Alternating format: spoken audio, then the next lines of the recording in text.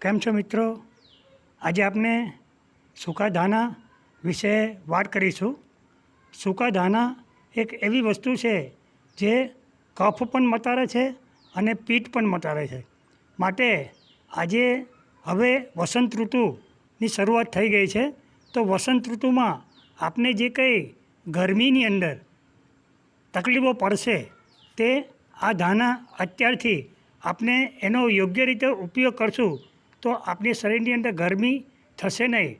અને હવે જે આપણે ભૂલો કરી છે, જે આપણે શિયાળામાં મીઠી કફવાળી વસ્તુઓ, વસાણાઓ, પાકો જે વધારે પડતા ખાધા છે, એનાથી આપણા શરીરની અંદર કફ જામેલો હશે. તે આ ઉનાળા દરમિયાન ગરમી, સૂર્યના સીધા કિરણો આપણા શરીર પર પડવાના કારણે શરીરમાં ગરમી થવાના કારણે જે કફ જામેલો છે તે પીંગળવા માંડશે. એટલે આની અંદર કફના કારણે ખાંસી અને શરદી જેવા રોગો થાય છે. માટે આ ધાણા આપને ઘણા ઉપયોગી થાય છે. તો એ ધાણાની તાસીર તો પહેલાં આપણે સમજી લઈએ. ધાણા તુળા સ્નિગ્ધ વીર્ય માટે અહિતકારી છે. જેને વીર્ય ઓછું છે એના માટે સારા નથી, પણ એ મૂત્ર ઉત્પન્ન કરનાર છે, હલકા છે, કડવા છે, તીખા, ઉષ્ણવીર્ય, અગ્નિને પ્રદીપ્ત કરનાર છે. જેને ભૂખ ના લાગતી હોય એના માટે ધાણા અગ્નિ વધારનાર છે, પાચન કરનાર છે, તાવને મટાડનાર છે, ખોરાકમાં રુચિ ઉત્પન્ન છે. જેને ખોરાક લેવાનું મન ન થતું હોય એને માટે ખોરાકમાં રુચિ ઉત્પન્ન કરનાર છે. જેને ઝાડા જતા હોય તો ઝાડાને રોકનાર છે. પાકમાં એ મધુર ગણાય છે અને ત્રણેય દોષોને આમ તો મટાડનાર છે. કફ, પિત્ત અને વાયુ એ ત્રણેય દોષોને મટાડે છે. પણ એનો વિશેષ ગુણ છે, જેને શરીરમાં ગરમી હોય, એને બળતરા થતી હોય તો એને તરસ બહુ લાગતી હોય છે, તો તરસ પણ મટાડે છે. ઉલટી, શ્વાસ, ઉધરસ, દુર્બળતા અને કૃમિના રોગો એટલે પેટમાં કરમ જેવા રોગો મટાડે છે. પિત્તના રોગોમાં શરીરની ખોટી ગરમીમાં ધાણાનો ઉપયોગ કરવા જેવો છે. ધાણા અને વરિયાળીનો ઉકાળો આપવાથી શરીરની અંદર રહેલો જે આમ છે, એટલે કે જે કાચો રસ છે, જે ખોરાક પચ્યો ના હોય અને જે સડે તેનામાંથી આમ ઉત્પન્ન થાય, તો એ આમને બાળવા માટે ધાણા અને વરિયાળીનો ઉકાળો આપવાથી શરીરની અંદર રહેલો આમ બળી જાય છે અને એનાથી જે તાવ આવ્યો હોય એ તાવ પણ સારો થઈ જાય છે અને દાહ, તરસ, મૂત્રની બળતરા, બેચેની દૂર થાય છે અને પરસેવો વળીને આ જે આમજન્ય તાવ છે એ ઉતરી જાય છે. ધાણા રાત્રે પાણીમાં પલાળી રાખી સવારે ગાળીને એમાં એક તોલો સાકર મેળવીને પીવાથી પિત્તનો જે શરીરમાં ગરમી છે પિત્તની એ મટે છે.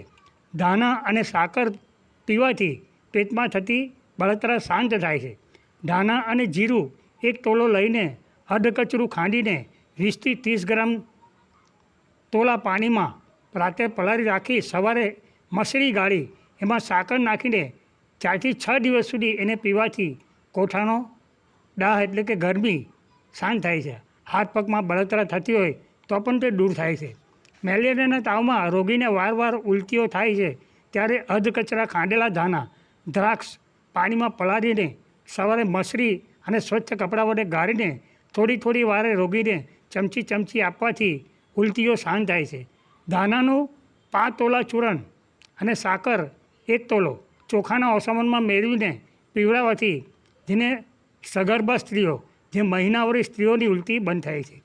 ધાણા, સૂંઠ અને સાકર અને નાગરમોટ એ ચારેયનો ચીજો અડધા તોલા જેટલી લઈ 32 તોલા પાણીમાં ઉકાળીને 8 તોલા પાણી બાકી રહે એટલે એને ગાળીને પીવડાવવાથી જે મહિનાવરી સ્ત્રી, સગર્ભા સ્ત્રીઓની ઉલટી તેમજ બીજા ગમે તે કારણે માણસોને થતી ઉલટી ધાણા ઉલટીથી રામબાણ ઔષધિ. ધાણા આ ઉલટીની રામબાણ ઔષધિ છે. ધાણા અને સાકરને ચોખાના ઓસાબણમાં પીવડાવવાથી બાળકોની ઉધરસ અને શ્વાસ રોગ મટે છે. ધાણા, દ્રાક્ષ અને બેદાણાનો ઉકાળો પીવડાવવાથી રક્તપિત્ત મટે છે.